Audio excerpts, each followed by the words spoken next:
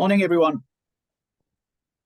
Welcome to this morning's golf operation for the club managers webinar. Like always, guys, I've posted the registration link in the chat box. Really extremely important that everybody fills in this registration link. Otherwise, I am not going to be able to recognize that you've attended this morning's webinar. So if there's more than one person in front of the screen, the form actually does allow for more than one person to register on the form. So if you could please just follow that link and register. Then I would also like to ask that everybody switches on their cameras. It's always so much easier for our facilitator if they could actually see some faces. It makes interaction also so much easier. So guys, if I could please ask that you switch on your cameras. So that we can see you. And then without any further ado, I would like to introduce our facilitator for this morning, Hans Jonk, the managing director of My Home Club. So Hans joined the PGA directly after school in 2010, where he was exposed to all areas of operations, from changing grips, managing bookings, folding shirts, checking in members, and also running successful national golfing events. He used his experience and skills to leap into club management, where the roles was kind of like reversed. And that was the fundamental attribute that accumulated to all of his successes, not only in financial turnarounds, but the whole holistic experience for the customer and golf clubs. So without any further ado, Hans, the floor is yours. Hans, you're still on mute. Sorry, I've just shared my banking details with everyone. So there you go. Good morning to everyone. Charles, thank you so much for that introduction, and good morning to the fellow peers, club managers, golf operators, financial managers, whoever you are joining on this call. It's my privilege entertaining you for the next 5 hours, talking about a subject that's very dear to me, that I was able to facilitate throughout my journey, as Charles has explained, but also then how to apply it into the club management realm. So I really look forward to this. I think there's a lot of you that can benefit from it. Some of these information might be trivial. I see Harvest Maurits is on the call, so I'd like to have this interactive as well. I don't think there's anything from agronomy side you can teach someone like Harvest, but I really look forward to sharing the rest of the knowledge with everyone on this call. So I just want to quickly share my screen here.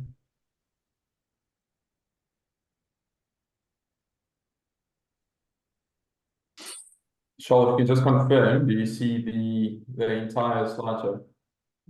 Yeah, I can see kind of like a split screen, Hans, Okay. but yeah, I can see the slides. That's not what I want. That's not what I want you to see.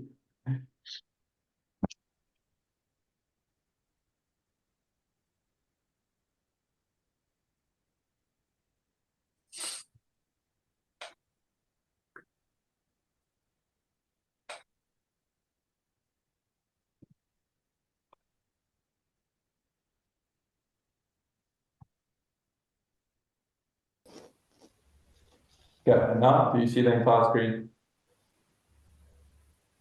That looks perfect. Thank you. All right, the golf operations for the club manager. Now, I must open up with a disclaimer that firstly, I was given the hospital pass by Charles to run this due to Chris Bentley that was supposed to do this specific webinar, and Chris scripted all the content before in his previous BMIs, and I tried to use some of his information and made it my own. So it's a massive privilege and honor for me to present this, and especially with the likes of someone like Chris Bentley that was able to produce quite a lot of the content, but also obviously in his own space. So that would have made it quite difficult for me to relay going forward. So what I'm going to talk about today is purely my opinion, my experiences that I have accumulated throughout the course of my career so far, and also through lots of research. So please don't come and hold a gun against my head if something that I say goes wrong in your experience going forward, as you need to adapt to your own circumstances. But the objective of this webinar today, in this presentation, is to enable and equip you with the necessary understanding, your tools, and the information to understand the relevance of golf operations at your club specifically, or any facility that you might be in or position you might hold. So three of the topics we're going to cover today is the evolution of golf. We're going to talk about the landscape. Why are we sitting here today? What has happened? Then we're going to talk slightly about hiring operational roles. How does that structure look like? We're going to talk about the management, and the leadership of yourself and towards your staff. What is our current concerns we having, and what's the best practices to follow? And then finally, we're going to talk about the whole experience, some terminology, and just basic agronomy that makes fun and interesting discussion point. So let me go. I think I'm going to spend a lot of time on the evolution of golf, because I think it's important to understand where we're coming from and why are we sitting where we are. And that will equip us to think much more wider in terms of where are we going in the future? What are the things that we need to be cognizant of, and so forth. So I'm going to start off by talking about the origin, then we'll move into the 15th to the 19th century, the 20th century, and then the disruptor of the 21st century, and then also, again, how the future might look like. Certainly not how I say it would look like, but how it might look like. So starting off with the origin of golf. The origin of golf was actually originated in the Roman empires, where it was a ball and stick game that was played that was more resemblance to golf, and was played obviously in the ancient civilizations, which include in Rome, which was called Paniga, and then in China it was called Chai Wen. But the term golf itself is believed to have derived from Dutch word kolf, K-O-L-F, which meant club. The game likely evolved over time from various stick and ball games that were popular in Europe during the Middle Ages. I think this is a very common fact to us, is to know that the official game originated in Scotland. We refer to St Andrews as the home of golf. So it was initially the old course. I'll talk a little bit more about St Andrews as I go through this presentation. So it's always nice to watch the Open Championship on television, which is one of the four major golfing events we have per year. It's always nice when they return to the home of golf, to the little town of St Andrews in Scotland. But the game was played with a feathery golf ball. Now, what is a feathery golf ball? It holds actually quite a significant place in the history of golf. The unique ball itself was crafted from stuffing feathers into a leather pouch.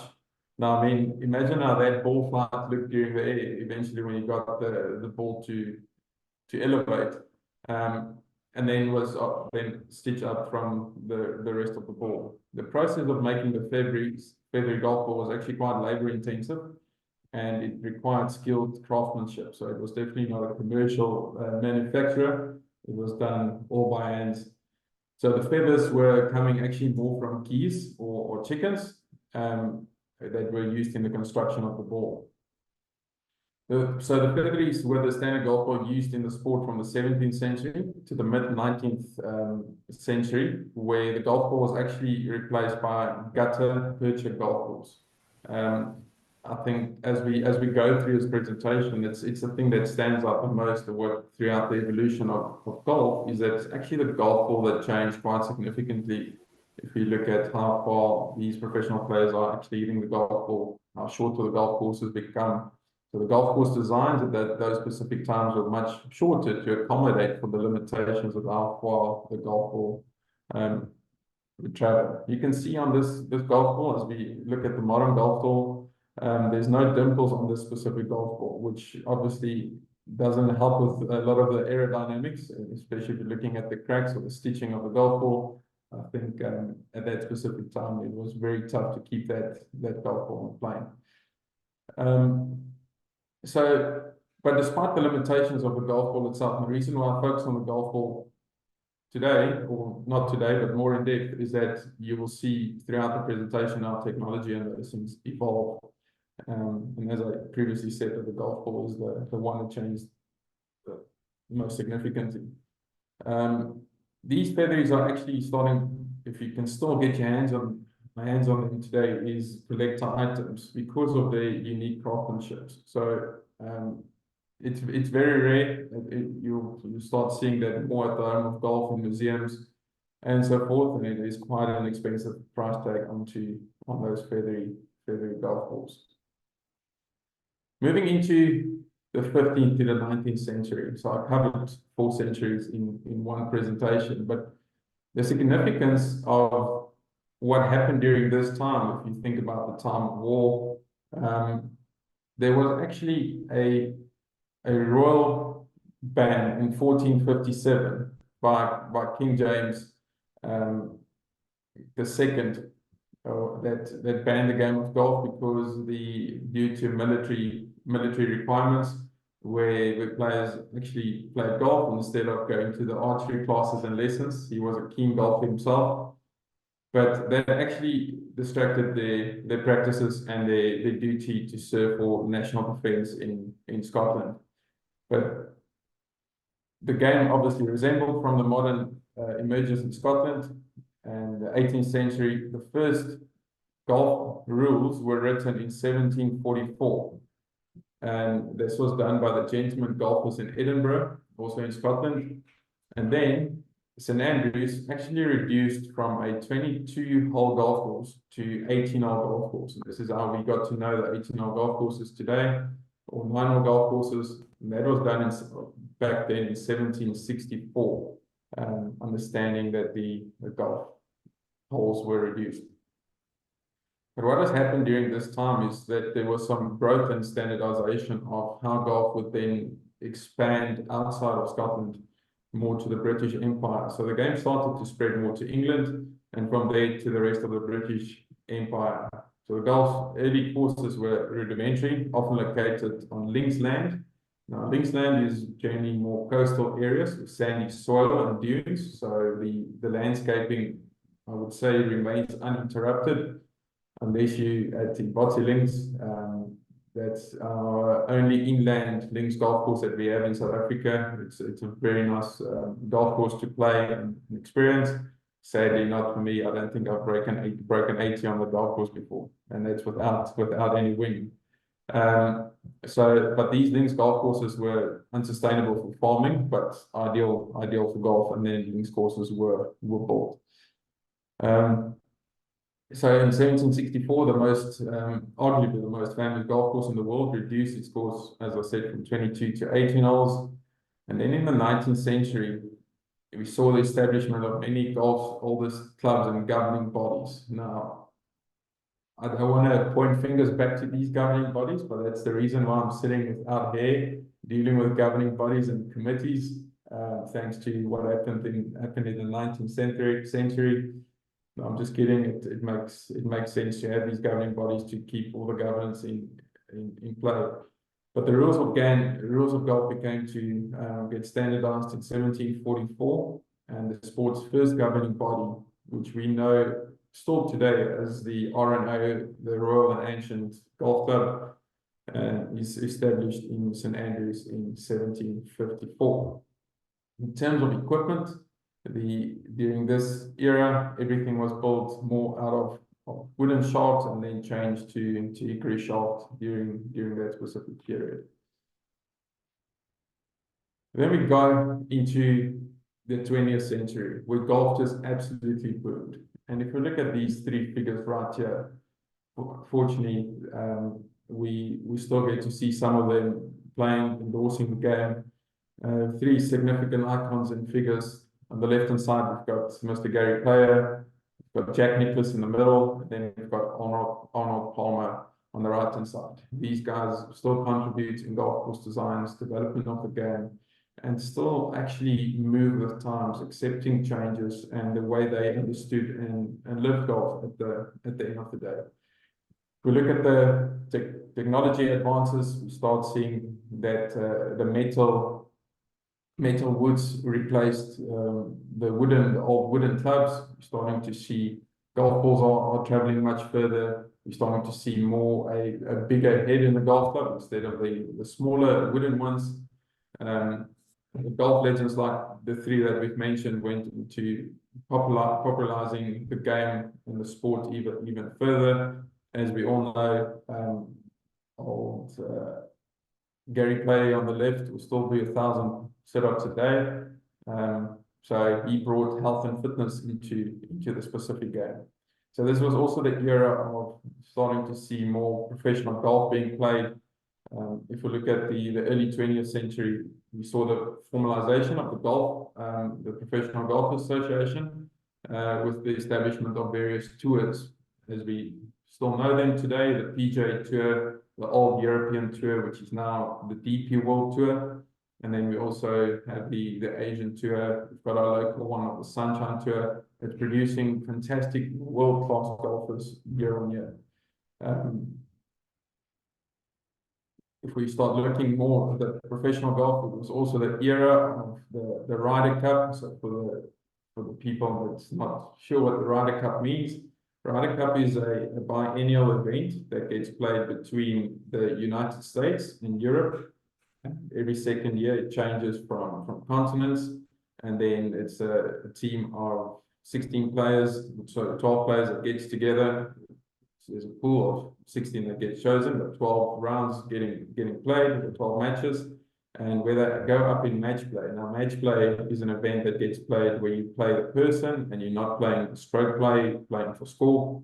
And it is a fantastic following of events. It's enormous amount of tourism that endorses these kind of events. And then in every interval year, we get the tournament, what we call the President's Cup. So I think back in 2007, if I remember correctly, or no, sorry, 2006, we've hosted at the Fan Court Links, we've hosted the President's Cup. Now that's the event that's getting played between the United States and the rest of the world. So all the players for the rest of the world represent the rest of the world except European and British players. There's also the era where we start seeing television, where events are getting seen on television. More people are following it. The world is getting to know what the game of golf is. So with the advent of television, golf became a spectator sport with the likes of Palmer, Gary, and Jack Nicklaus, as we know, the big three, bringing the charisma and rivalry to the game. The Masters is one of the 4 major championships, was the first television broadcast to happen in 1956 already, which helped to popularize the sport even further. If you start looking at the equipment, the late 20th century and early 21st century are getting to saw rapid development in our technology, where we start seeing titanium drivers, hybrid clubs, multi-layered golf balls, and allow players to hit the ball further and even with more precision, more straighter ball flight, more shot shaping, maneuverability, and attributes. And then ultimately, we're seeing the era where golf course design was booming. So golf course design has become an art, a form with legendary designers like Pete Dye, Jack Nicklaus, Gary Player, Tom Fazio, shaping courses that are both challenging for the players and respectful to the natural environment, where sustainability is starting to come into play, knowing your resources and sources of water. I mean, if I bring everything back to our local market, I think still today, one of our most popular and fantastic golf course designers, someone like Peter Matkovich, still keeps on going, still design courses, assist with the maintenance, and it really became quite a specialist field in terms of designing a golf course, not only for the environment, but also from the playability perspective. Boom, now we're getting to the 21st century. The 21st century is obviously the era that we are in, and I think everyone on this call would agree that the 21st century would come with one word called disruption. It's it's a word that one of my mentors, Dave Usendorf, used actually quite a lot in lately in terms of what's happening in the 21st century. But this is basically the era where we live in diversity and inclusion. We live in the era of live golf, environmental awareness, technology, and then tourism. And tourism is something I'm going to talk about a lot in the next slide, and how we need to think going forward, because technology is going to have an impact on our tourism. But let's start off with talking about diversity and inclusion. So the modern game has worked toward becoming more inclusive, with organizations like the LPGA Tour, which is the Ladies Professional Golf Association, that's promoting women's golf initiatives to introduce the game to younger people, and the rise of global stars from the diverse backgrounds such as Tiger Woods, who brought new audiences to the sport, new followings. Again, we live in the era where every golf tournament that's getting played across the world right now can be won by any person, irrespective of your background, irrespective of your race, your gender. It's certainly an era where it's been diversified to quite an extent, and inclusive, making available for every person to actually play this beautiful game. I'm going to focus a lot on live golf. Now, for those of you that, for a bit of background before I go into what live golf means, we have basically three main global bodies that played under the professional golfing realm. And that would be the PGA Tour, which is situated in the United States, and throughout the PGA Tour, that's where the main events would be played, is in the US. And then we've got the European Tour that plays more in Europe, in Britain, or in England, or the UK rather, and then more in the Middle East. So what has happened in 2022, Live Golf is a professional golfing tour that was established in 2022 by Greg Norman, an Australian professional golfer, that paid humongous amount of money for golfers to join a disruptive tour where it's more fun. It's played over 54-hole format and not the old 72-hole format. And these players are getting paid stupid amounts of money to go and join. And what this has caused, and I'll get into that right now, but the Live Golf is funded by the PIF, which is a public investment fund, which is a sovereign wealth fund of Saudi Arabia. Now, for everyone's own beliefs, I'm not going to go into the political factor, but there's lots of amount of money available to start this golfing tour from nothing, by getting the top players in the world to leave their current tours and come and join the Live Golf Tour. The league has been a subject of significant controversy and attention, because it has attracted the high-profile golfers from the PGA Tour and other established tours that's often through very lucrative financial offers. The name Live is a reference to the Roman numeric number of 54, which is a significant number of rounds in the context of golf. Now think about this: you're a golfer that's battling slightly on tour.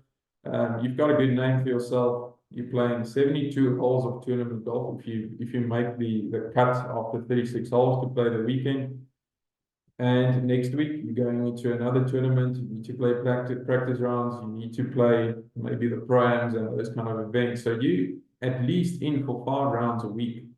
That means you got 2 days off where you need to allow for travel. When you see your family, and now all of a sudden someone comes with an offer with stupid amount of money, you only have to play 54 holes, your number of tournaments are decreasing, but you're making more money. Surely it's going to attract those kind of lucrative golfers. So a traditional round of golf, as I said, consists out of 18 holes, and 54 is considered an ideal score for golfer were to make birdie 1 stroke under par on every hole. But the Live Golf events often have formats that are different from traditional golf tournaments, such as 54-hole events instead of the 72. So what also happens, you enter Live Golf as a team. So myself as Hans, and let's take another 3 people on this call, we'll join, let's talk the South African brand, the Stinger Golf Club. So we play in a team format. So I'm playing with my mates, I'm traveling with my mates, I'm in an environment that is known to me, and yet I'm playing my individual game as well. So all of a sudden, we've seen that the inclusivity of having different formats have actually changed.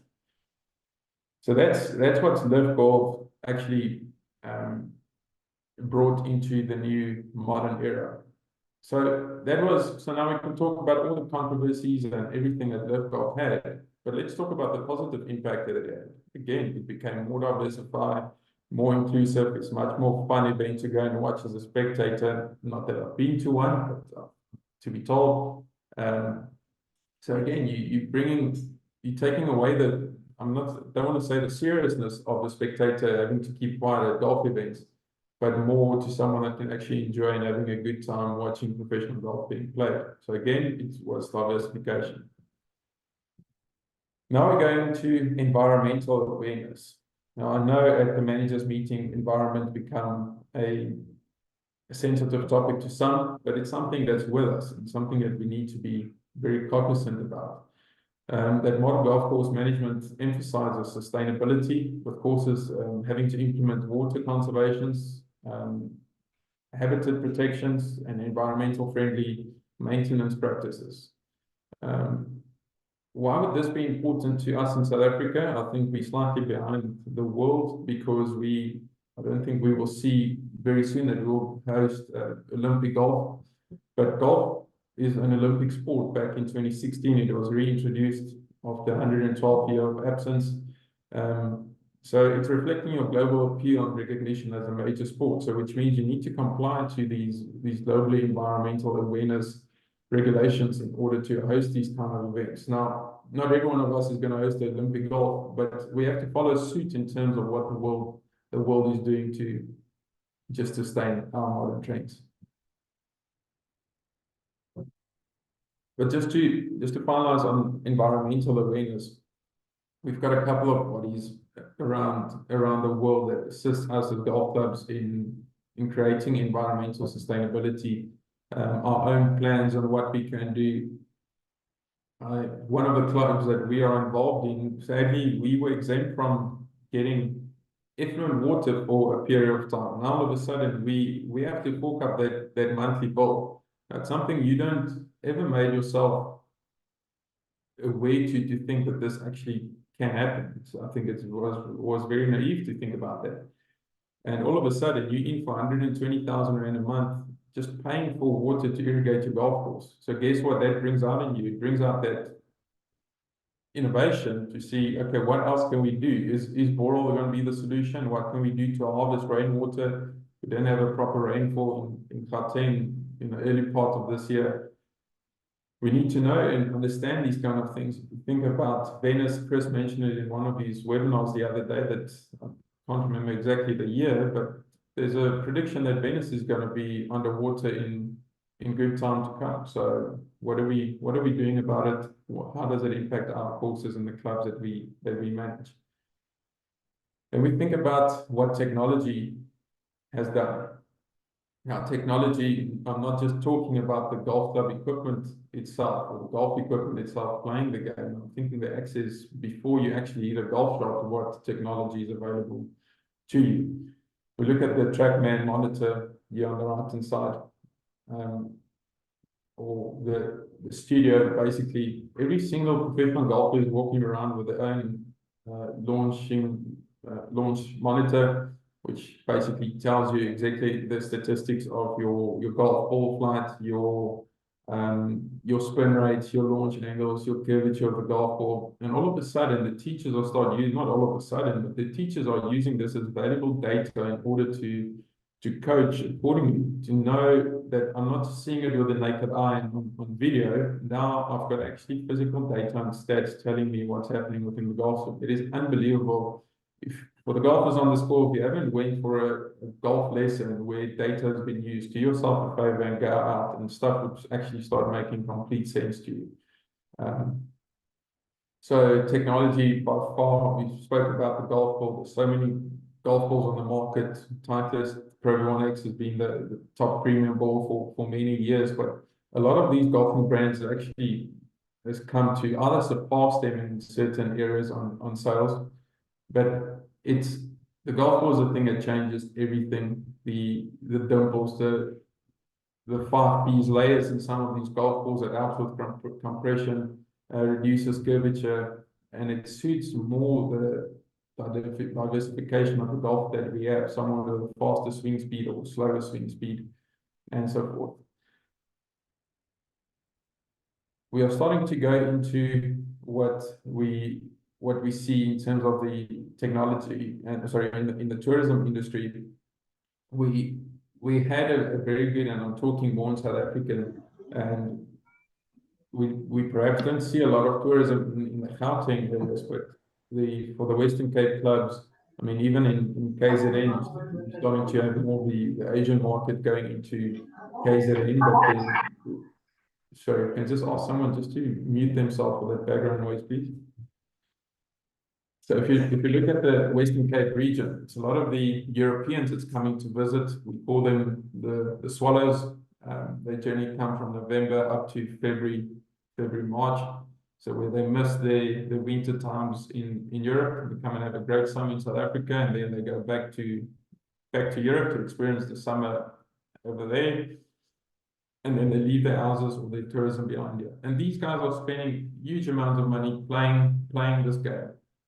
The tourism has changed not just around playing golf anymore. It is, if we think about us as golf clubs, I'm getting into the nice content of that.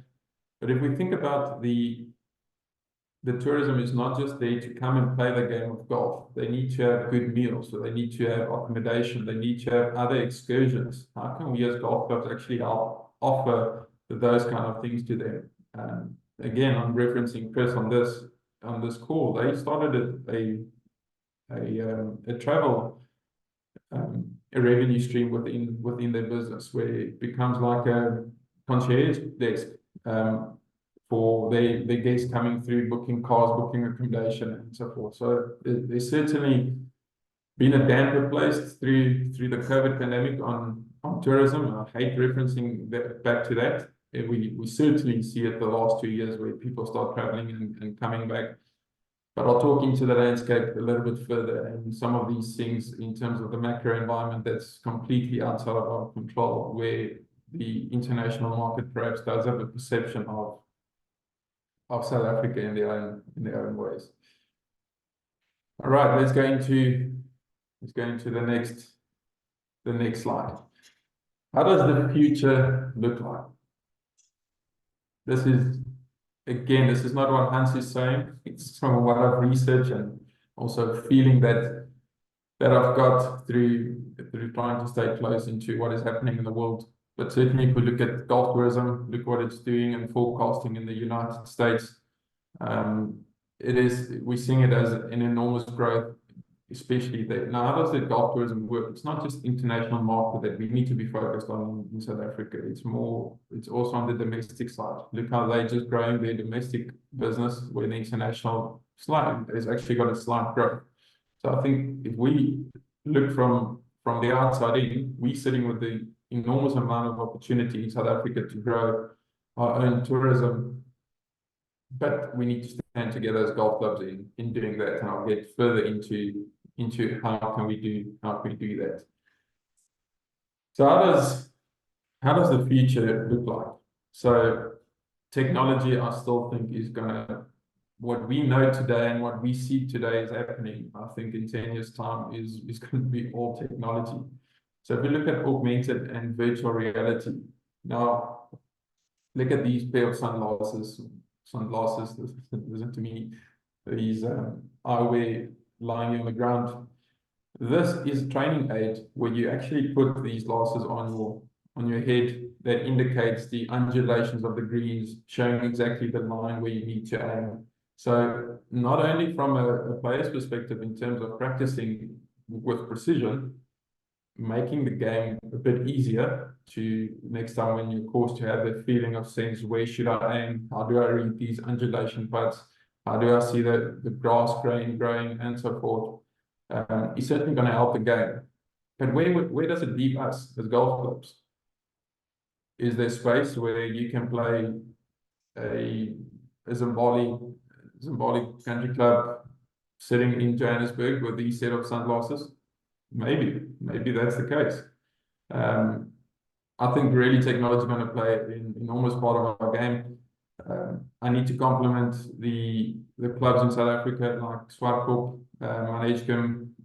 I know about one club that's also going to do it now, where they have these TrackMan facilities out there. I mean, I've had the experience of actually playing with some of my mates and peers the other day. If you're not playing too well in the PJ Champs, then you get a day off. And we actually went to go and play the TrackMan at Swartkop, and we were able to play Royal through. We're standing on the driving range, we're hitting a golf ball, we're having the experience, we can see where our golf balls are going, and it was great fun to have. And guess what? It took us an hour and 20 minutes, and we done and dusted. So back to work, back to our families. So I really think that's going to have a significant impact. And again, that diversifies and include sustainability. I know I've mentioned a lot about sustainability in the previous slide, but we need to focus on sustainability practices and minimize our water usages. We need to reduce some of our chemical inputs that we use, protect our natural habitat. The future of golf may involve more environmental friendly course designs, maintenance practices, and operational strategies to align with the broader goals and to mitigate the environmental impact of the sport. Again, I'm not a politician, but I do think, depending on which areas you are, municipalities are starting to eat golf courses for exorbitant rates, trying to look after the sustainability of the municipalities itself. So I'm not saying we can go completely off the grid, or we can water our own golf courses, but we need to start thinking in those ways. Is how can we make sure that nothing leaves our property that we haven't utilized? And yes, it does cost money, but at the end of the day, if you're not going to have those practices in place, you might not have a facility. I know it's a very harsh statement and comment to make, but it's really important that we start looking at the sustainability. Inclusivity and diversification, I still think it keeps on going. We're living in an era where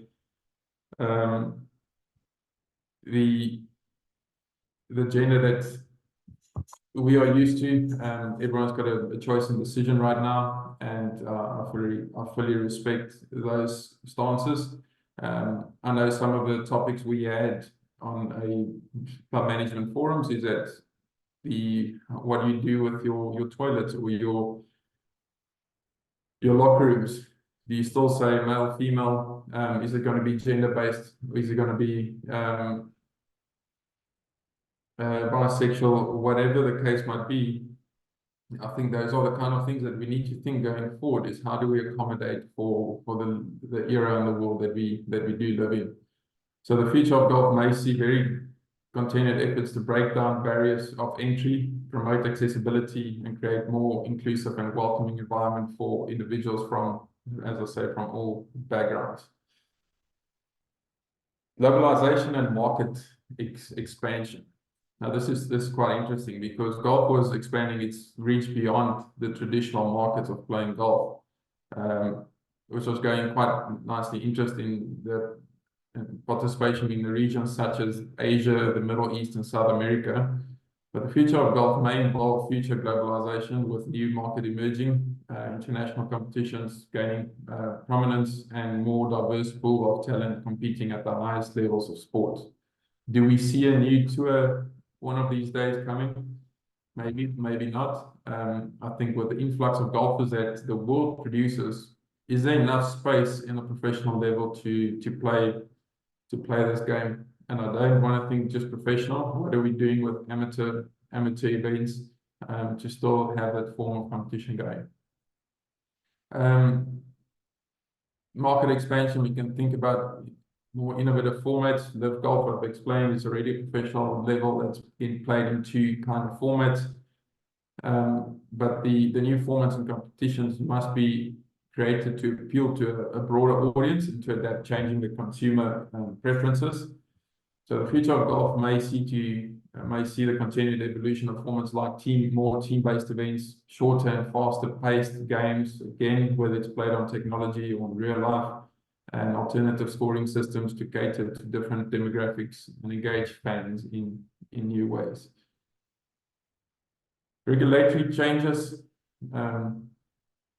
There's talks again, regulatory changes can be that what is the average length of a golf course to be extended? Do we reduce it? Do we take it back from the development of a golf ball to make the golf ball not fly as further as what it's doing right now?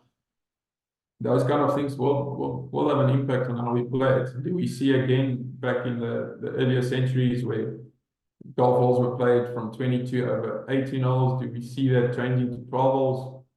Who knows? I think it's something that we might see as regulatory changes.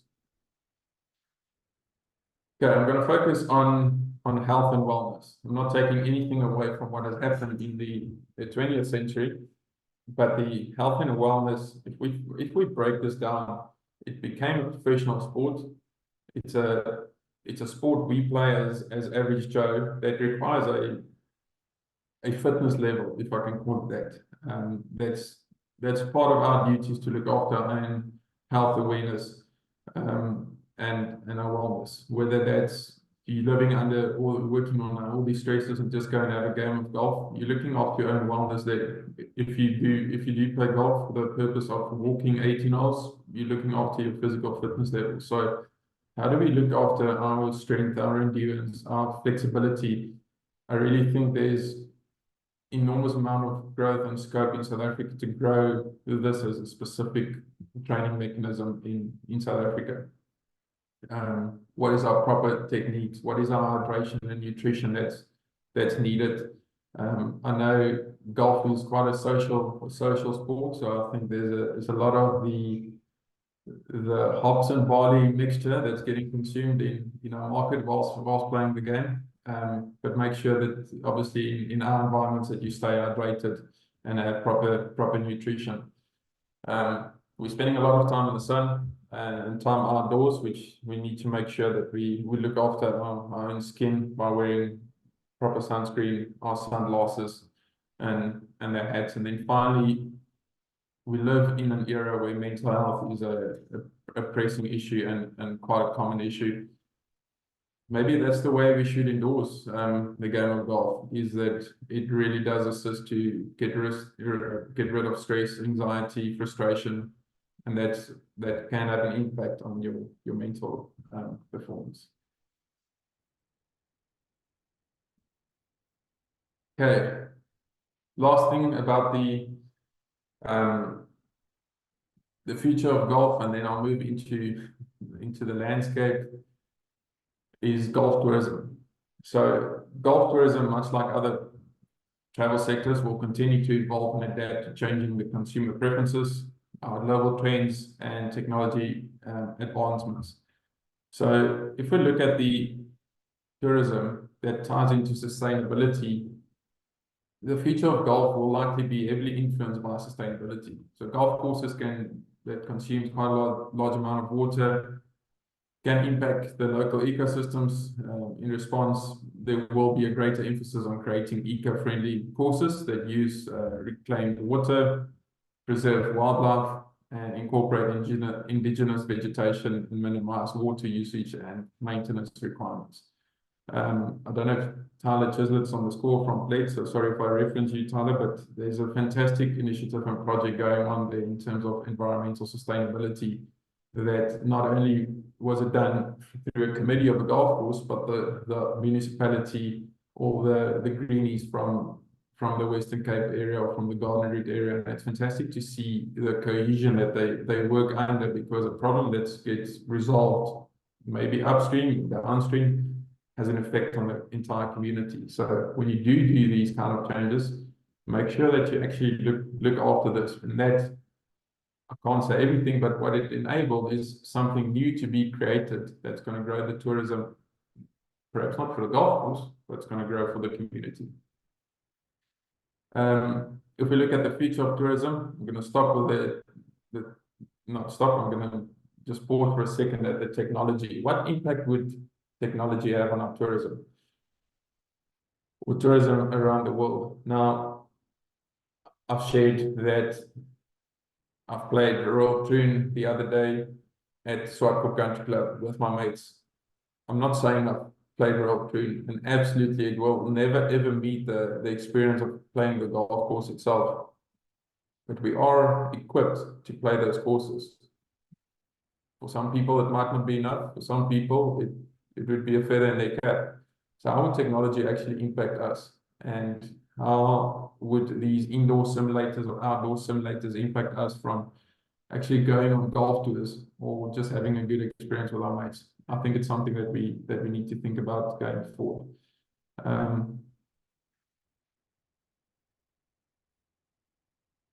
Not everyone can have this. One of my notes that I've made is the diversification of golf travel. We can continue with packages that cater for a wider audience. So as an example, you can have golf and gourmet that include cooking classes with local chefs, like golf and safari. So for those outlying areas where you, like in the bush, you have good golf courses, you can actually do something where you include not just the golfers, but the family and the friends, and give them cooking classes and safari adventures and so forth. And I mean, for the Western Cape or KZN, you can give them other kind of experiences that you can't do in the bush. I think when we package tourism, especially in South Africa, I think we need to think much more diverse than just having come and play my golf course at this rate as an international guest. And then our last thing on tourism is our affordability and accessibility. It will be important for the growth of our sport. Everything gets quite expensive in this world. I think we, in South Africa particularly, we're very accessible in accommodating any person who wants to play the game. But more affordable travel packages and beginner-friendly courses can make the sport more accessible to a broader audience. Initiatives to speed up the game and make it more family-friendly. As I mentioned earlier, such as a 12-hole course with family tees could help attract new players. We've seen that already. We've seen some of these clubs that set up their par 3 courses. It did help for other people to actually come and play the game. All right, so that was quite a lot just to go through this first chapter. I hope everyone is still with me and it's not bored out of depth, but it gets a bit more interesting from here. I have to use this, and again, this is from Chris. Let's talk about the landscape. And in Chris's words, he says, you've got all these experience and all these skilled and qualified individuals, yet everyone stares at a bloke from Zimbabwe. Think about your golf club. We've got these committees, we've got these management, we've got everything here. But at the end of the day, if we go into golf operations, there's one person that's quite important in there. And we're going to talk about the PGA professional and golf ops team, might I say that. What happens to this bloke from Zimbabwe if he's the day off or he's sick? What do these guys do? They're not going to get their hands dirty, they'll just replace them. Meanwhile, all the money goes in here. Let's talk about the evolution of the landscape. What is the landscape of our golfing industry right now, where we're coming from, and what are the things that we deal with. Sorry if I'm going too quickly. If there's any questions, we can please hold it for the end of the presentation. So make those notes if there's any questions that you'd like to ask. Then at least I will allow enough time at the back end of the presentation for any questions. Let's look at the landscape. The number one rule is supply and demand. So what is supply and demand? Supply and demand is an economic principle that describes the relationship between the availability of a particular product or service, as in our case, and the desire for the product or service within the market. When the supply of good or service increases, assuming demand remains constant, price tends to fall. Conversely, when the supply decreases or demand increases, the price tends to rise. How does that work in our space? We've got 450 registered golf courses in South Africa. Let's say we've got, I can't remember the last audit number, we've got about 200,000 golfers playing golf. I think we've got enough golf courses to keep our entire golfing fraternity busy. So hence the reason we're sitting in a predicament where golf courses need to maintain in dollar prices, but we charge in rands. And I'll go into that slightly later when I talk about golf course agronomy and equipment and so forth. So the thing is, we are not creating enough demand in order to charge the right prices. So we tend to look just next to the road, what is this golf course charging for their membership, or for their green fees, and that's what we go with. So who determines that? I think if we look at these kind of things more cohesively, much more strategically placed, I think we can actually look after our supply and demand and get the balance right. So right now, if you go back into this prime energy drink that was launched, can't remember when it was, I've never tasted one. It was, when it was launched, it was like 400 Rand for 500 ml, and now you can buy them at Spa for 15 Rand. So at the end of the day, at that time, the demand was there was actually supply, but they were able to get that, and all of a sudden it just tumbled and changed, and they're still making money out of it. So go back into your own club. How do you look after your own supply and demand? I'll go into timesheet management a bit later. If you purely just focus on golf, your supply and demand threshold and calculator is your timesheet. Right, how do you look at the revenue generators? Sure, this is quite an interesting point. From recent businesses that I've audited, or clubs that I've audited, it's very prominent that golf can't sustain itself anymore. It's very seldom that I find a golf club that the golf revenue is enough to cover the entire running cost of that specific club. So typically, we're looking at a golf club structure where we have a golf course, we sell membership, we sell green fees, and we sell beers and sandwiches. That's the typical golf club structure we look at. And now and then we'll host an event or a golf day. That is not enough to sustain going forward, because food and beverage does have a cost of sale element involved in it. And yes, golf does have an intangible cost of sale element to it. What is your running cost for the club divided by the number of rounds will give you a running cost total. It's a nice formula you can work out yourself, and then you can see what is my total income for the year divided by number of rounds. Then it will give you, I'm making 30 Rand per head, or I'm losing money per head for the specific sector. But we need to look at generating more revenue from alternative revenue streams. How can that be done? We can introduce new products or services. So develop new offerings that can cater to existing or new customer needs. We've seen the eruption of paddle, what that has caused. I'm yet to see a failing model in paddle, but the supply and demand is starting to come. So for those clubs that's currently looking to invest in paddle, I hope you've done enough research in the areas around you to make sure that you maintain that supply and demand balance. Obviously, through introducing new products and services, it can help attract new customers, encourage existing ones to make additional purchases. Expand your market. You can explore new markets or customer segments to tap into previously untapped revenue streams. Again, I take my hat off to Delays for making that move at Swartcourt. We tapped into a brand new market. It's not going to be your old traditional golf club member that would be in favor for what has happened, but he's absolutely bringing more younger generation family environments there that he used to expand his market. Increase your marketing and sales efforts.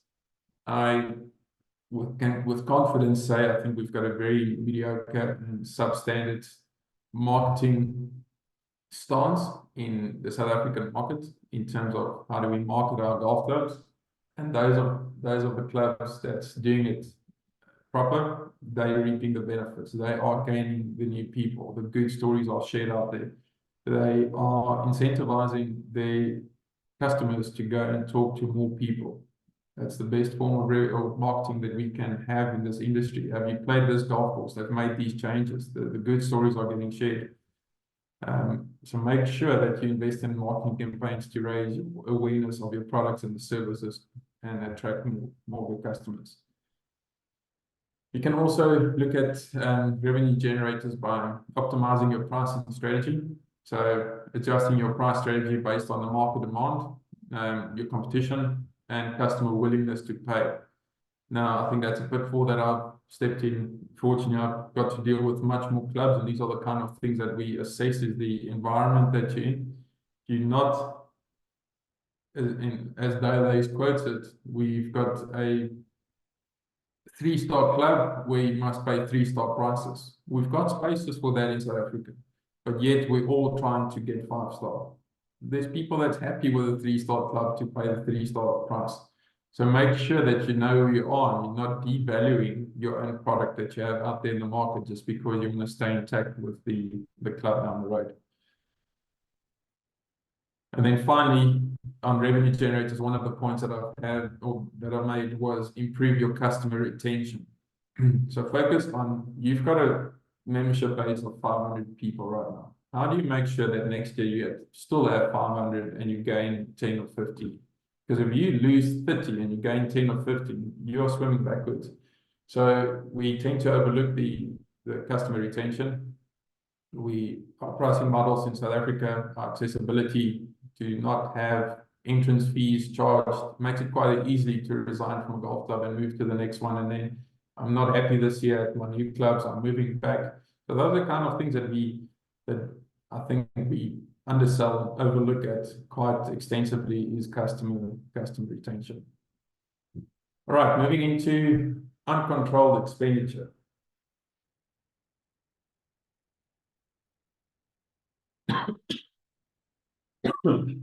Excuse me, that was a wrong one. So uncontrolled expenditure. I've mentioned in one of the clubs that we deal with, you need to start paying for water. That's something that you didn't have control over and all of a sudden it needs to happen. This is a landscape that we work in. Excuse me. Our utility charges went up. We need to pay for generators. We need to pay for the fuel for the generators. These are the kind of things in the macro environment that we can't control, but it's impacting our landscape. Now, I'd love you to go and do some studies in your own club, going 5 years back and work out what was your cost of maintenance for that year versus where you are sitting right now. I'm just talking general maintenance. I'm not going into new projects or redoing bunkers. It's purely just keeping the grass short and upholding the customer experience that you've set up. And you'll be quite surprised to see that your revenue certainly hasn't increased with that number of expending on the golf course. So again, we pay maintaining in dollar prices our golf courses and we charge in rands. So it's a formula that is going to bite us going forward if we're not looking at the alternative revenue generators.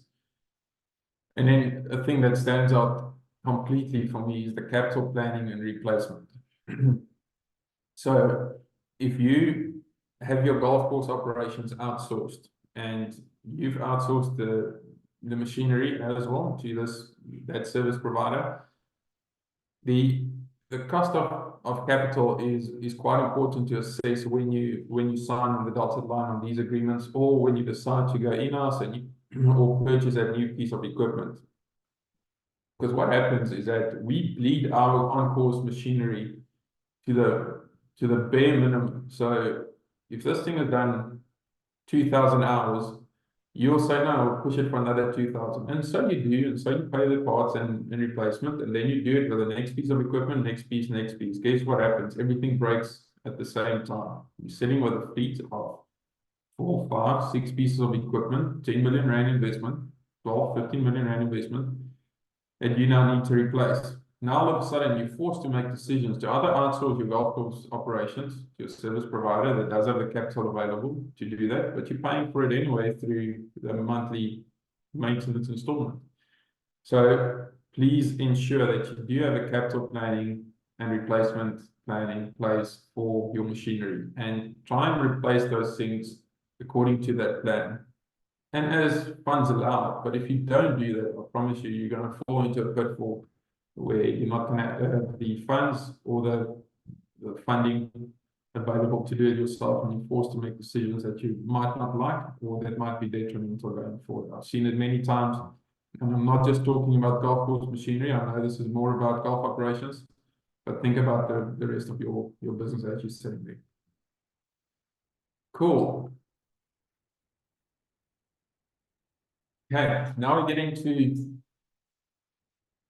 I would say, the funny and some controversy as well, is social behaviors. Now, social behavior in golf is a multifaceted aspect of the sport that encompasses a wide range of practices, traditions, values, and that's aimed at fostering a positive and respectful environment on the course. Who remembers the days where you had to enter the bar with a tie and a full-on tuxedo, not wearing a golfing cap? Now you walk in there and the golfer doesn't even shower, he changes to flip-flops. That's the environment we live in. That's the social behaviors that we need to respect. If we're gonna, in some of these clubs, they've done extremely well maintaining those traditions and heritages, but sometimes that's the pitfall of your golf club not sustaining. So depending who you are, I know there's some very minimal clubs that can say we're going to stay with all tradition and heritages, and that's the market that they then invite. It's only a certain amount of people that would like that. But for the average club out here, and if I say average, it's definitely not derogatory. It's our market that's quite wide open. We need to accommodate those things. But you also have the understanding and adhering to the principles of social behavior in golf not only enhances the overall experience, but also contributes to the preservation of the sport's heritage and culture. And here I'm talking about things like pace of play. Now, pace of play is 18 hours. This is not a written rule, but 18 hours should take you 4.5 hours to complete your round, including half hours. Now, that's misconstrued by many people, and it's misconstrued in ways that it might have been a 120 player golf day you had today. What was the competition format of the day? What was the weather conditions like? Those kind of things does have an impact on that. So the pace of play is a vital component of the social behavior in golf. So to ensure a reasonable pace of play is essential for the enjoyment of the players on the course. Being aware of one's speed of play, keeping up with the group ahead, and being prepared to hit when it's your turn are the key elements of maintaining the efficient and enjoyable pace of play. It is something that we all need to enforce within this industry, is to make sure that we enforce keeping up with the group ahead of you and play ready golf. Because if you get it down the street where that doesn't get enforced, it doesn't help the environment and the community. Social behavior, we look at the honesty and integrity of players. We know that every club has got someone with quite a sharp pencil and a brand new eraser, but those kind of things need to be standardized. How do we react? How do we discipline these kind of individuals? And then just understanding the etiquette. Well, sorry. Okay, and then finally is on the social behavior front. It is a social game. It is where the 19th hole sometimes is much more important than the 18 holes we've just played. And that gives us some of the unwanted situations that we need to deal with, but it's contributing to quite nice revenue. So again, finding that balance of what you allow and what are you known as is quite important, and how that functions. And how do you react to those situations when it goes across the line? All right, climate.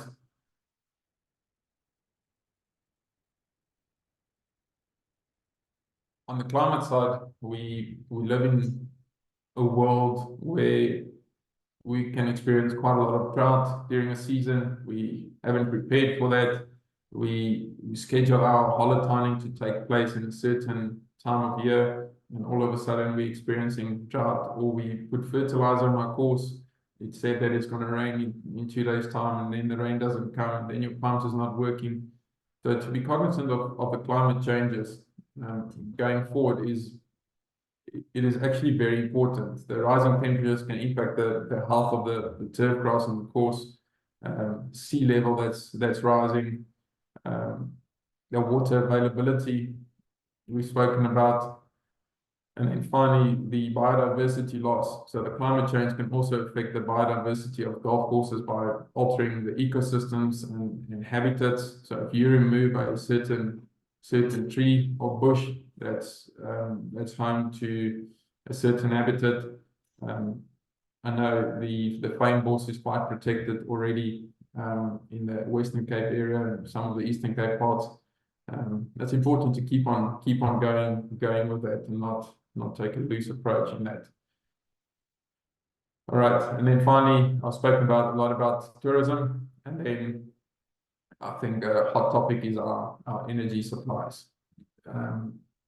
We know the situation of the country in terms of our energy supplies. Hopefully, it can be restored, but if we keep on going with these stage 4, stage 6 load sheddings, again, we haven't experienced it recently, but it's something that might come back, might come even worse.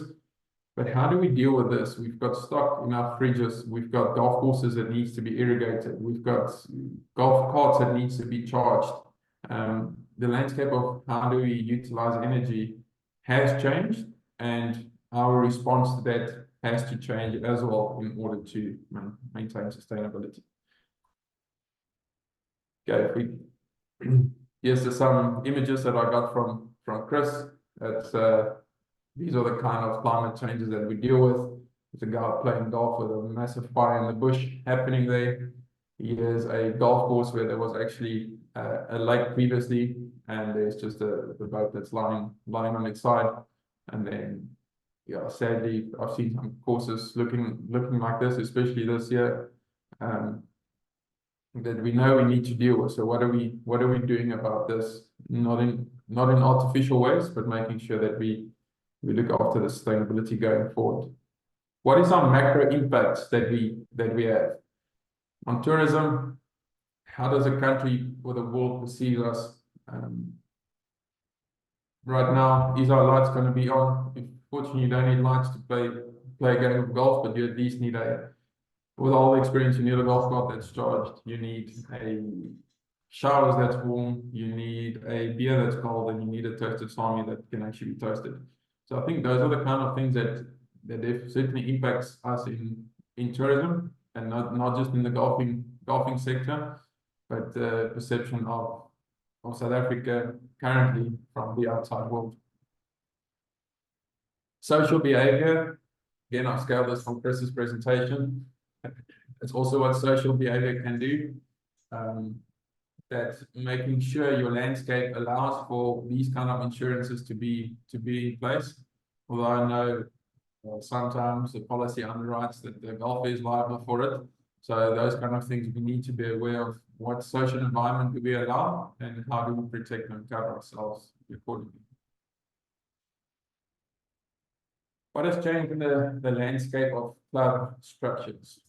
Post 2020, we certainly have seen that clubs are more prone to change their operating models from an antiquated constitution to at least updated constitutions, changing the club structures in a way that allows for management more to run the clubs.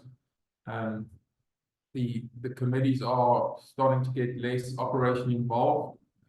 My personal belief is that the way that it should be, but then we need to allow that the strategies of that specific golf club is in place in order for the manager or the operations directors to operate efficiently and accordingly. The landscape of our customer have changed and will keep on changing, and we need to study our customers, their behaviors, and that will give you a very clear indication of where your club is positioned, how people perceive it, who walks through the front door, who's the person that you'd like to walk into the front door in 2 to 5 years' time, what is their buying behaviors. We need to assess how much they spend in the bar, how much they spend on the golf club, after in golf, the green fees, how much they spend on carts, halfway hours, and so forth, so we understand the landscape of golf. And then finally, what has changed is the professional. So we are fortunate in South Africa, we've got quite two healthy bodies in CMASA themselves, and as well as the PGA of South Africa, which is a professional golf association that's educating individuals through the game of golf, understanding the educational background, the theoretical intricacies of golf operations, and that assists and support them throughout their employment journey through continuous professional development and so forth. Now, I know on the other side, there's a lot of people that think, and I'll get into hiring of the PGA professional, that it's just another person. But the more I get into this, it will make complete sense that we both have a role to play in making sure we understand the PGA professional and what they do, how they perform, what their duties are, and finally meet the expectations. It's just also something I took from Chris's slide, where we went from a musical world, buying CDs, and now using Spotify and Deezer and all those kind of applications. #1 golf in the world joined Live Golf, that was able to give up his world golf rankings to join the Live Golf. We're paying US prices, or we're paying dollar prices for machinery that we need to maintain our golf courses. We're living in a world of AI where it supersedes human intelligence. Then we've got the access to travel, how quickly we move and live in life, the instant gratification we all rely on. We recognize the past, we're cognizant of the present, and we need to think future. Okay, now going to the PGA professional. So I think these three individuals, excuse for some of these images distorting, these three individuals is people that I look up to, that's mentors of myself and everyone in their own spaces. I think they will excuse me for including them. But I first want to talk about if you think about golf operations, and I'll get more into the detail and breakdowns of that. You can think teaching pro, you can think golf director, you can think operations manager or golf ops manager, you can think golf manager, you can think anything that's part of. And I'll quickly say the good about these individuals. This person here is Paul Freeland. He's the head teaching pro at Centurion Country Club. He's a guy that teaches with technology. So younger generation, getting older golfers to come and get lessons with him, but he's using technology. So his form of teaching is adapting to what the world wants, requires, and demands. And it's just fantastic to see how he has grown his career through that and coming through the PGA ranks. The guy on the right hand side is the current club manager or general manager at NYSA Golf Club. That's Mayo du Toit, and he has managed that golf club for quite some time. Unfortunately, we assist in the processes there. But this person gives a fantastic time to anyone walking through a front door. It's a skill that we would think needs to be, or the general manager just needs to run administration or runs committees and whatever. But if you go to NYSA Golf Club, maybe it makes you feel special. I'm not talking from my perspective. I've seen it in many places. He makes that person, when he walks into the front door, believe that I should be here. He just all of a sudden changes my experience to have good things about the industry and the club. And that's the impact that PGA professional can have on your golf club. And then finally, I think it's a familiar face to all of us, is Jeff Claus. He's at St. Francis Links. He is the launching pad for so many PGA professionals in my era, where people go and work underneath Jeff, and all of a sudden he launches them into the world and into the bigger position. So what he does well, and I encourage all the club managers in here, is to take and put your arm around the PGA professional you have on site and teach them the way you want things to be done at your specific club. And all of a sudden you will have a great working environment, but allow them to be their own individuals as well and help you grow the game of golf at your club and your operations. And that's exactly what Jeff Torres stands for. He's a guy that's wearing the PJ hat, the St. Francis Links hat, and what he has done for us as PJ professionals is just tremendous, directly and indirectly. So, what is a PJ professional? A PJ professional is your front of house king. If you're a golfer, and I'm sad to say this to the managers, if you're a golfer and you want to have a good time, you want to see the PJ professional. You don't want to see the club manager. You don't want to see the F&B manager. You only see them when you have complaints. The PJ professional is a guy that's going to give you a good time. It's going to tell you what's happening on the course, how the course is playing today. Again, it's an expectation. PJ professional works in retail. PJ professional teaches, runs golf management, plays an integral part in terms of retaining golfers. That's a model that needs to be developed together with the golf club. Is what is the strategy of retaining golfers. He's a guy that drives more rounds. If he's responsible or she's responsible for the timesheet management, that's the person that's looked after your primary interest in terms of driving more rounds, and a person that looks after membership growth. Now, let's say you have 3 of these people on one site, and not talking all the figures. If they work in harmony and cohesion, you immediately look after these last 3 elements. You retain, you increase, and you grow. And that's the key elements that I would like to put forward today of what the PJ professional can do for your business. Okay, let's get into the PJ professional. To have the expectation to think that your PJ professional, now I'm going into more golf operations or staying into golf operations. If you think that the PJ professional needs to be visual and visible 24/7, you make a huge mistake. It is impossible to do that. It's also a person with family life. It's got family. It's a person who needs to rest and recover. So, but having that person on site and doing the right things is going to be of absolute value to you. As you can see, I'm very pro in hiring a PJ professional. It's people that came through the ranks. There's a body supporting these individuals, whether it's performing well or not performing well, it can add value to your business going forward. The PJ Pro is people support people. What a PJ professional can do for you, if you have holiday or events going on, this is a person that can contact his peer or his fellow colleague at the other club and organize better deals for your members to go and play. So that's the thing. People support people, and it's an entrenched industry that we are in, that we know probably everyone. They're going to help you grow the game. You need to hire the right staff, and so must the PJ professional do. So let's assume we're talking about a structure where the club manager, you've got a golf director, just a head professional.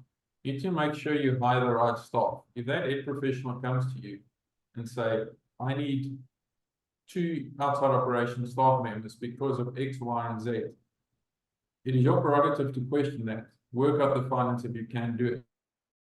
But think about the impact of those 2 people can have within the organization, whether it's through experience. It's the intangible value that can be added by making sure you hire the right staff. Hire the right staff is a topic on its own. Would you employ someone at a higher price and get most value out of it, or would you stay on your budget and get someone with less skill and experience or work ethic? I think we leave that as an open conversation. You own a unique style by name. The industry, and if you talk to the amateur golfers, and I'm going to use Jeff Torres right now, if you're going to tell someone, I'm going to play golf at St. Francis Links, so they're going to say, oh, sorry, hi to Jeff. If you're going to play golf at Glendower, you're going to say hi to David Pruitt. And that's the style, and then this unique style you can have by finding yourself with the name in the industry through the PJ professional. Provide training and leadership to that individual. again, if you're going to expect the world from the PGA professional to run according to your means and business ethics, you need to train and lead that individual so you can get the best out of them for your environment. Otherwise, you're going to fall back into an environment where that person becomes stagnant and just wait to be told underreactive. And it's not just PGA professional, that's just in our common lives. And then finally, we have a love and passion for the game of golf, so we'll keep on growing on wherever we are. Right. Sorry, I was going to see there's something in the chat box. I haven't been checking there. Oh, it's a shot. Okay. Now we're looking into your golfing outlets and facilities. Here I'm going to talk a lot. I am sorry if you guys are still if you've lost me, but I'm getting quite excited now. Retail. So in your golf operations, I'm trying to classify just in the 3 outlets and facilities. We forget about reporting and membership and those kind of things for a moment, and we focus on your golfing outlets. Retail is, in other words, your pro shop. These are the things that needs to be managed within that sector. First one is your margins. Now, I hope there's some club managers on here deals with food and beverage, but your retail and pro shop margins is not as high as what you'll get in food and beverage. So in a golfing pro shop, you probably aim to achieve about a 30% standard gross profit margin, with balls are got lower profit margins than what you'll have in a pair of shoes, as an example, or on a certain apparel item. So margins needs to be well maintained. Average spend, very important to track. What is your average spend going through the store? So if you've done 4,000 rounds in this month and you've done 200,000 Rand of sales, it means that you've done 500 Rand spend paid. If my maths is 500 Rand spend paid. So how do you get that number up and down? What are your measurement tools and settings that you use for managing that? Merchandising, very, very important. I remember I've worked in retail from 2009 basically up to 2014, where I was fortunate working at a privately owned shop and then working for a bigger brand of Global Golf in one of the retail shops in Mount Isham. And what I've learned through Kimi Swanepoel, she's a merchandiser in our industry, of just how to fold a golfing shirt and the value of someone actually versus a shirt just lying on the table that's cluttered and it's creased versus a one that's actually folded up in an A4 paper.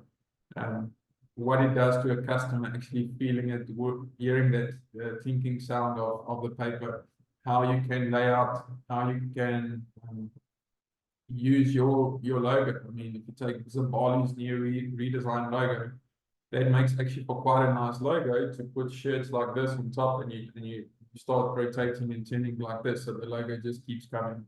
Makes a beautiful setting and layout, and it puts you in the mind of spending money. Your shop layout, very important. We get these things, teach these things through the PGA, but also it makes sense of what I'm about to say. Everyone needs to go into a pro shop for a specific purpose, either for booking a game of golf or for registering your round. So where would you position your counter? You're not going to position your counter immediately on the right hand side as you come into the store.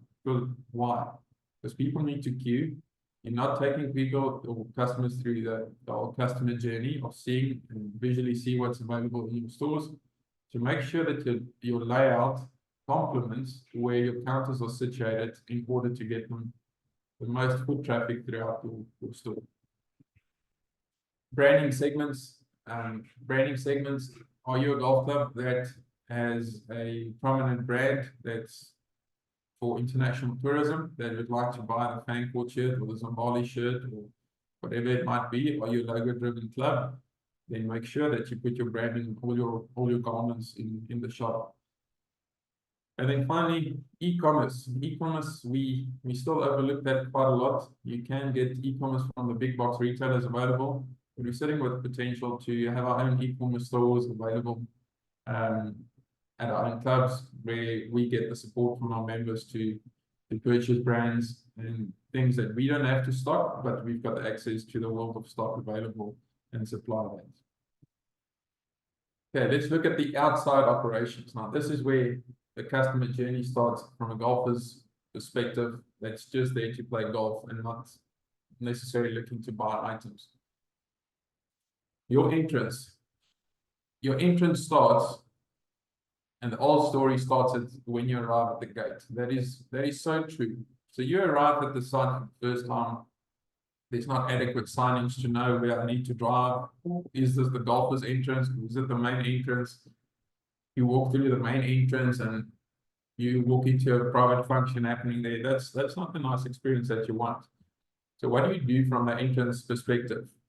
Are your leaves blown away from the walking areas? Are there adequate dustbins available? So those are from the golfing experience, that's quite important, because if you just finished a bottle of water in the car and you want to bin that and it's not available, immediately it's something you need to walk with into the facility or leave it in your car again. Not everyone's got the access to a bag drop facility. It's more the premium clubs that you will have a bag drop facility because of the cost of having staff available for that. But if your facility does allow for a bag drop, that's where you can have the first interaction with your guest arrival, telling them about the day, where to go, what to do, start making upselling the offerings. So can I organize you a bucket of balls to go to the driving range? That's the touch points that you sit with in terms of bag drop area. Then we look at the bag room. For the sake of this presentation, we look at as from the locker room perspective as well. This is your second touch point where you're going to change your shoes, or you can go and do your own thing in there. But to make sure that's neatly presented, it's cleaned regularly, the taps are running, there's enough towels available, your locker room attendant is there if you offer the shoe cleaning services afterwards. It's all part of the entire experience that you'll have. Parts and technology. Now, on the golf cart side, how does your golf cart fleet function? Now, that's not to say that I've got a fleet of 35 carts available and I actually need 50 carts. There's formulas to work out what's the prime number of carts available in order to service people saying, I don't have any carts available for you. But not just that. What happens with a golf cart, especially battery-powered carts, but it's the same with petrol carts. If your cart shed allows for all the carts to be stored under one roof, cart number 5 comes in the afternoon after the last game played. Guess what? It's the first one going out tomorrow morning. So there's not a proper cart rotation if you're not cognizant of the fact that I'm actually bleeding cart number 5 all the time, because the first one, well, last one in, first one out. So make sure if you do have the facility where you can actually do a rotation basis, or then pull out all carts and make sure that you are actually turning golf carts efficiently. Technology, what kind of technology goes with the carts? We know that there's certain technology out there that helps with the pace of play monitoring, that helps with incident control when a cart gets bumped.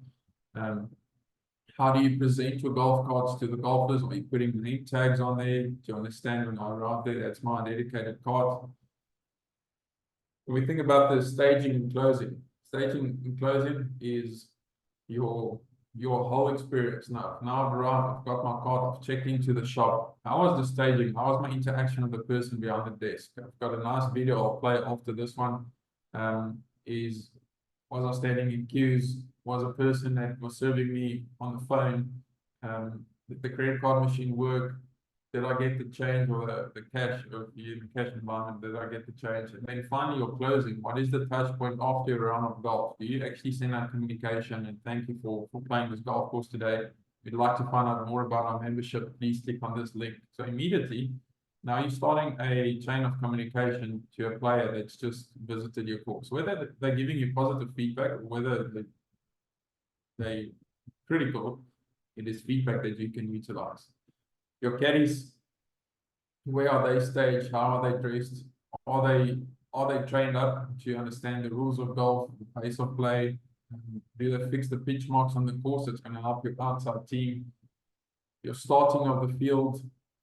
Does your starter, the person announcing you onto the tee box, tell you of today's competition format, the rules, and then the marshals that's out there. Once you've teed off, these are the individuals that's looking after the pace of play that will communicate that you ahead of time or beyond time or anything else that happened on the field, whether there's disruptive weather increments, they will communicate that accordingly.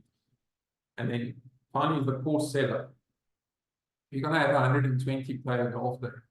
Now, for the non-golfers on the call, you have various set of tee boxes. Now, this is where you tee off from to play the hole, and then you've got a green. Now, a green has got multiple areas onto the greens where you can place the cup and the flag for the day. If you have 120 players social golf day, you're not going to set the golf course to play right from the backs and tuck every single penny to the corners, because that's going to disrupt the pace of play for the day and the entire experience. So being cognizant of the course setup, it is quite important to know that. Then finally, if we look at the driving range and the warm-up facility, what's your golf ball condition and the quality like? That does have a significant impact on it. Are your golf balls washed? Are you using the driving range golf ball? What's the condition of the balls like? Your bay dividers.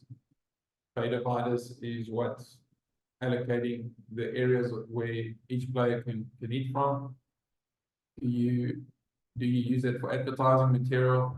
Are you just using wooden planks and it keeps on changing as the grass gets eats away? Being cognizant of the safety.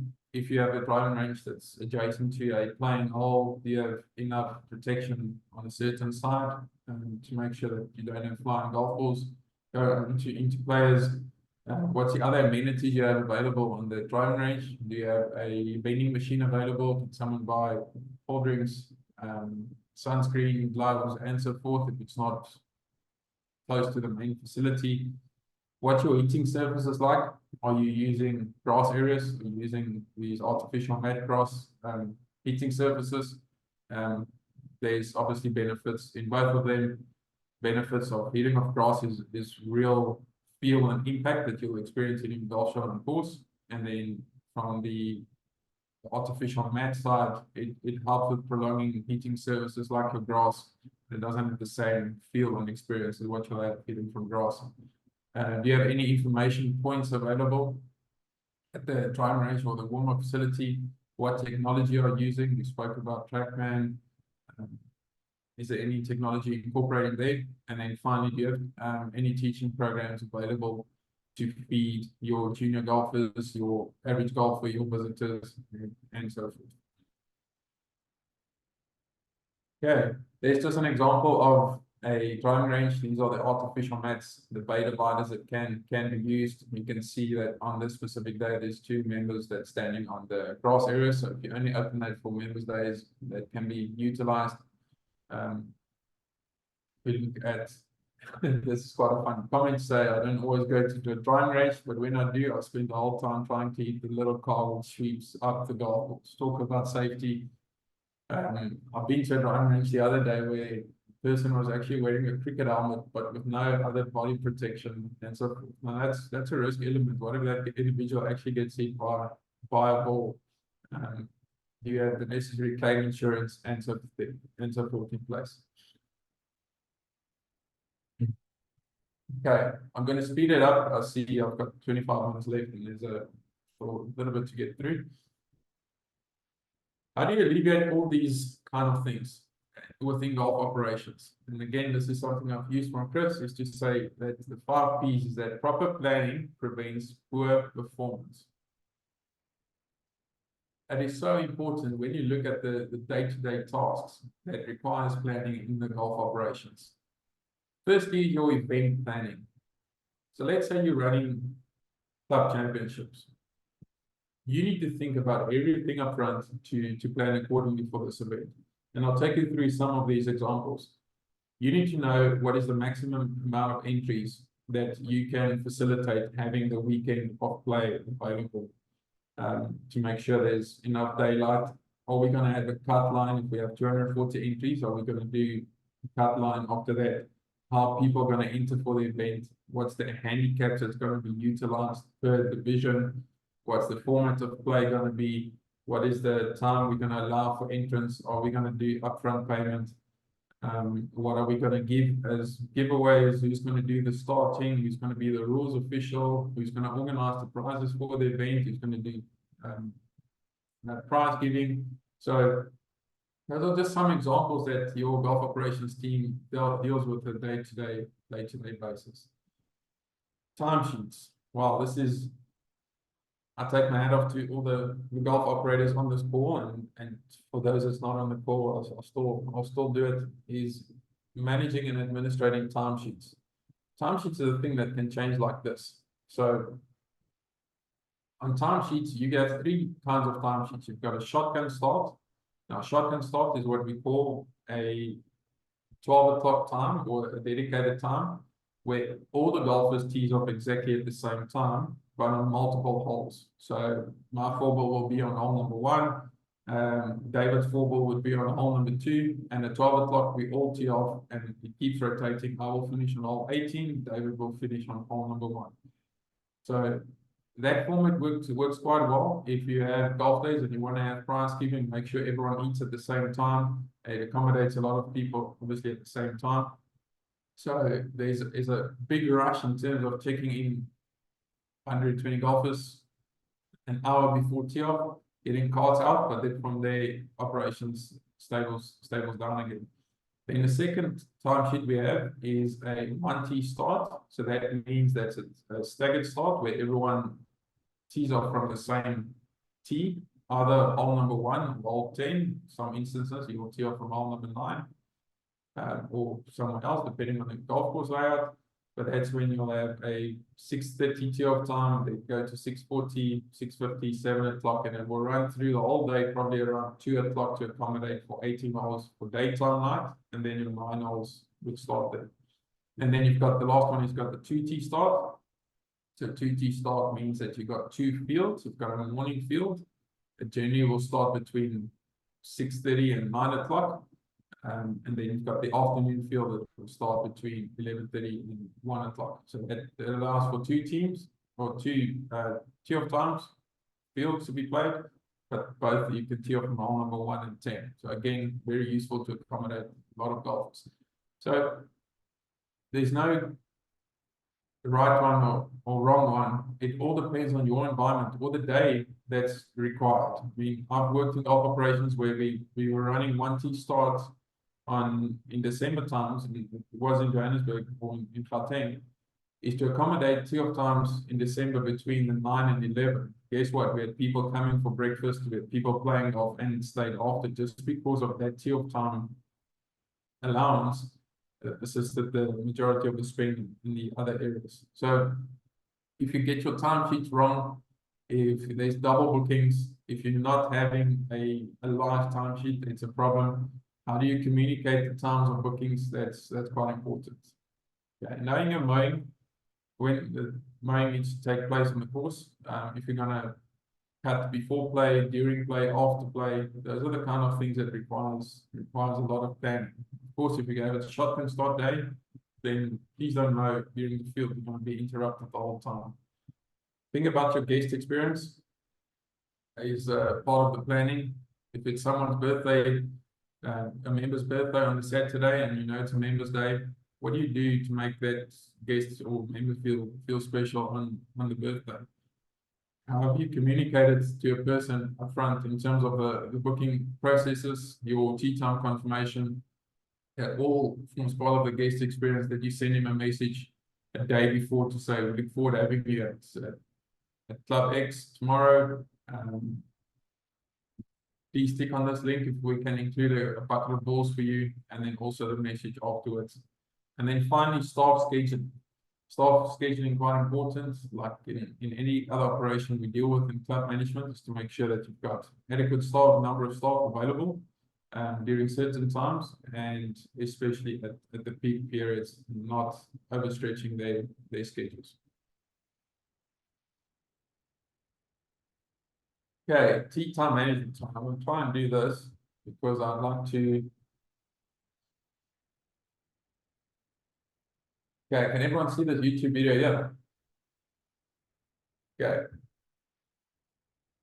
If you can, Donovan, mate, I can see you. If you can just give me a thumbs up if you can hear the sound. Does this look familiar? It does to me. This was my pro shop just a few years ago. And trust me, I do not miss dealing with this. This is how my pro shop now operates. No more bulky computers, no more being a call center for tea times. This allows my team to deliver an exceptional experience for our golfers. Now, how is this possible?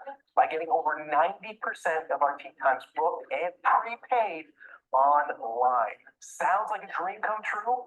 Well, when you use Birdie, this is what's possible. Are you ready to learn more? Click that button to get started.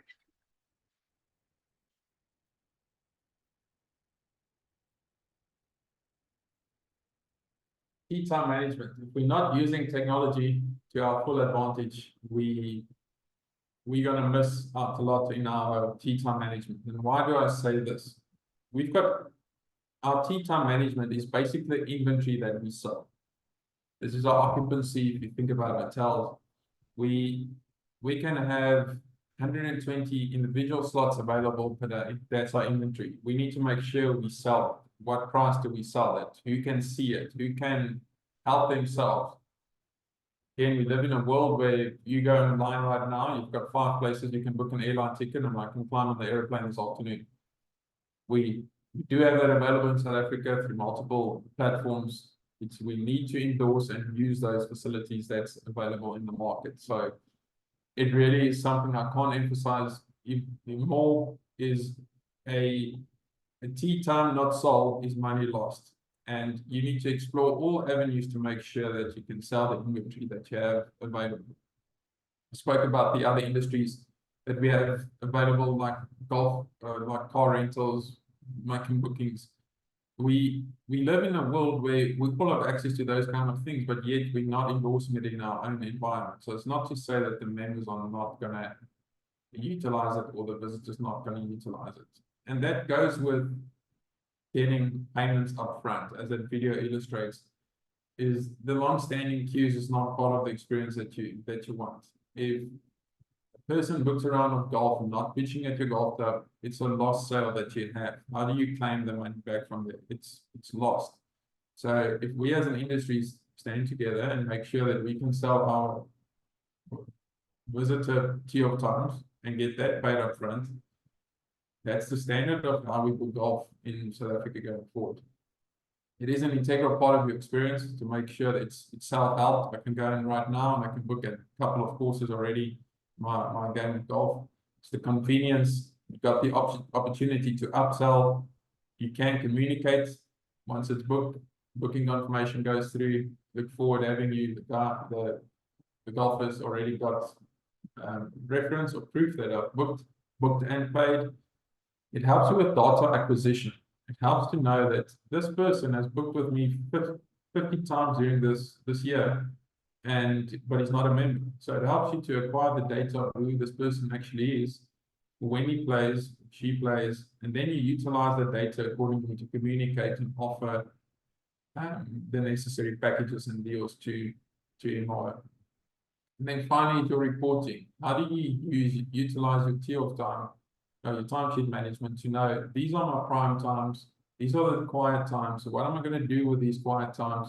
Am I going to diversify and only allow certain times to be booked by juniors to make up these kind of times and running promotions? So making sure you're utilizing reporting to the advantage to enhance your entire decision making. Joel, are we still good for time? I'm going on to the last slide. We're still good there, Hans. Okay, good. Artis, you need to help me if I step into a hole. I must be honest, agronomy is not my forte. I'm not a grass grower. But I think I know enough to tell you guys what's happening in terms of agronomy. Now, agronomy, I'm starting off with is attention to detail. Just open your eyes and see what's going on. Now, and it starts with the entire experience. I've driven into a golf course the other day where the whole driving range was not cut. Grass were this long. So immediately my perception was, okay, these guys are not looking after the golf course that well, or something is happening, or something broke down, and just the mind just keeps on going. And eventually walked onto the front patio, and it was an unbelievable sight. So it happened to be a breakdown. But it's the attention to detail that's given on all elements throughout the experience. And it's something that can't be taught. It's just something that needs to be observed and trained through the naked eye. If we look at this image here on the right, this is one of the courses we work with. Look at the definition of a golf course, the first cut, the rough. This is the higher growth area. And then finally the bunkers that add some nice and good edging to it. Those are the attention to detail that you'd like to see on the course. So some of the terms we hear a lot as managers or in the industry is aerification and verticutting. So what is that? Aerification and verticutting are two maintenance practices used on a course on the greens, as well as certain turf grass areas to keep the grass healthy and optimal playing conditions. So if we look at the aerification itself, it's an aeration process. So this involves making holes in turfs and the underlying soil. So this process can be performed using various tools like certain equipment. We know it as verti draining, where there's a machine running. I've got a couple of videos, I'll see if time allows that, where it goes down and makes holes like this that aerates the soil. But the main purpose of aerification is to improve the soil structure, enhance the gas exchange. So by creating the holes, the aerification allows for better exchange of oxygen and carbon dioxide between the soil and the atmosphere. And then finally also improve the water filtration or infiltration. It helps to improve the water absorption, reducing the runoff areas, and it goes deeper into the roots. Then we call verticutting. Verticutting is called vertical mowing or growing, that involves a use of machine that's equipped with a vertical blade to cut into the turf. This process is aimed to help with thatch control. So if your greens have thatch and it's like a thick pieces and not like even surfaces, it removes those thatch and the dead grass. And then it improves the grass quality, so it's thinning it out slightly, and then it smooths the surfaces. So if you want to see if I can get that going. Sorry, I'm not done. Don't get excited.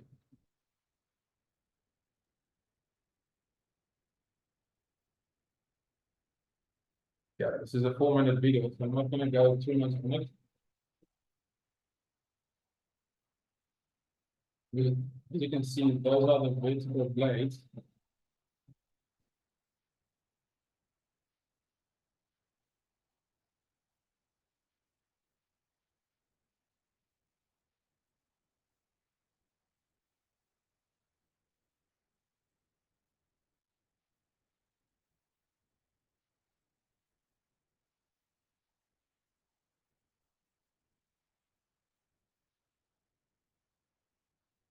Okay, so this is all the dead grass and the thatch that's actually been taken off from the green. So you can see it's quite a significant amount already that's been taken off. Now that was part of the putting surface, which allows for not, especially if you cut in the morning, it's fine, but in the afternoon, once growth starts to come out again, it's allowing for uneven roll of the golf ball. Okay, there you can see, I don't know, you can probably see it, there's slightly lines, that's the verticut blade that's making these lines. So if you ever walk onto a putting green and you see this, then you know there's a verticut taking place.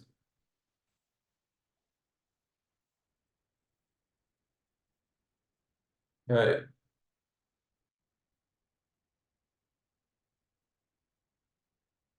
All right, then we get into dusting.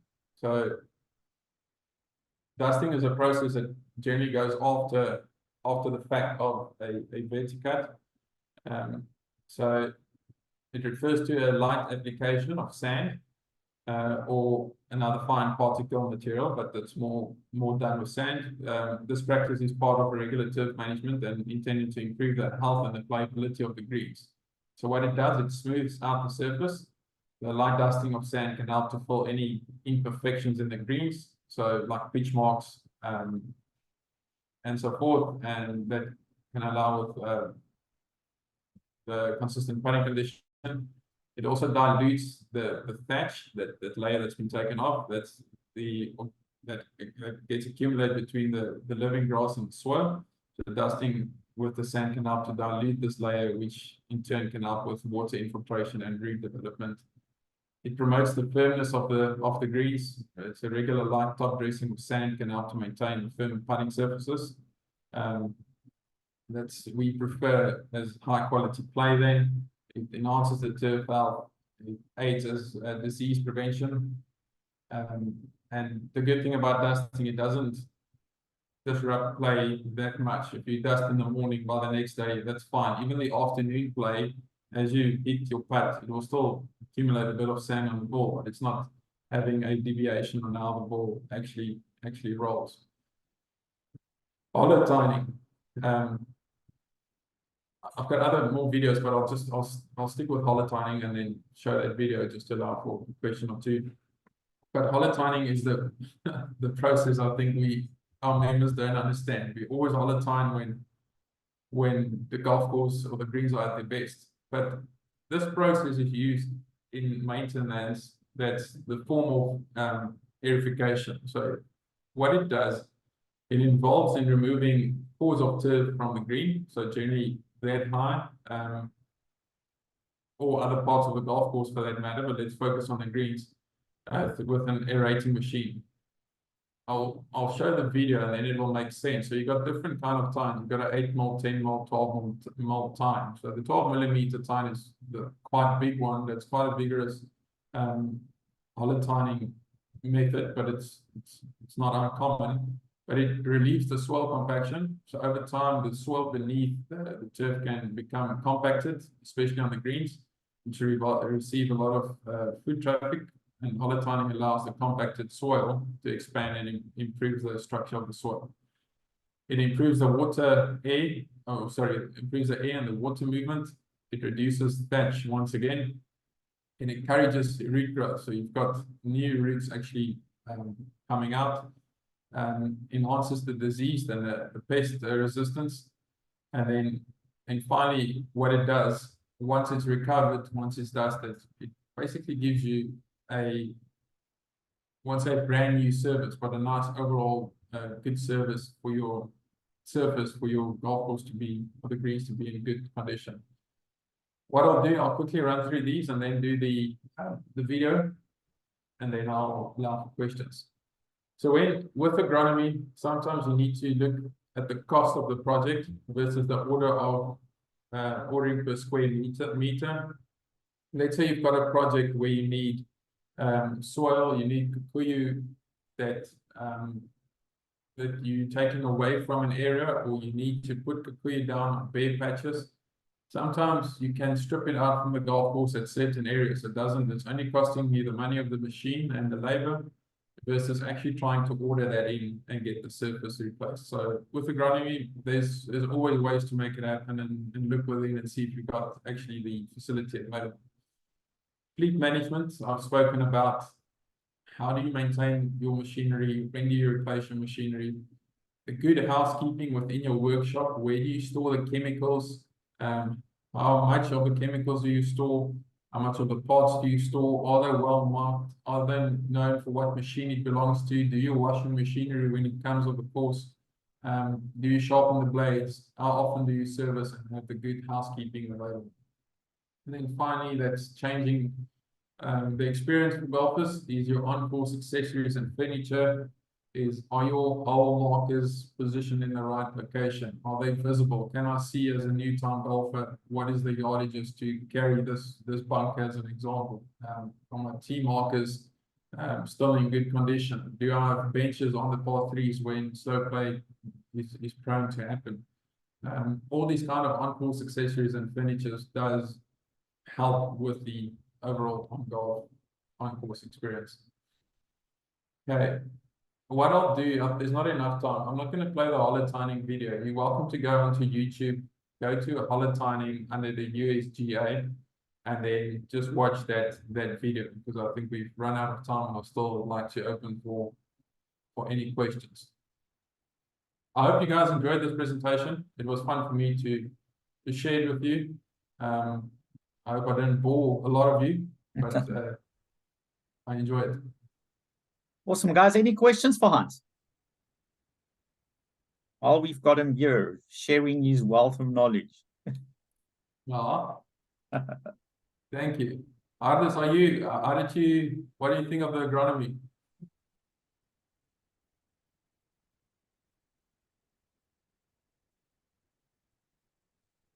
Guys, just a quick reminder, I have posted the registration link in the chat box a couple of times. Please do not forget to fill that in for me. I've also posted a link to a feedback form. Your feedback is always extremely important to us. So if you could maybe just spend a minute or two to fill that in for me, it would also be much appreciated. And then Hans, thank you so much for your time and thank you for your presentation. It was amazing. Really enjoyed it. Fantastic. Thanks, everyone. Look forward to seeing you. Have a good rest of your Tuesday. Thank you. Take care. Cheers, guys. Yes, bye-bye.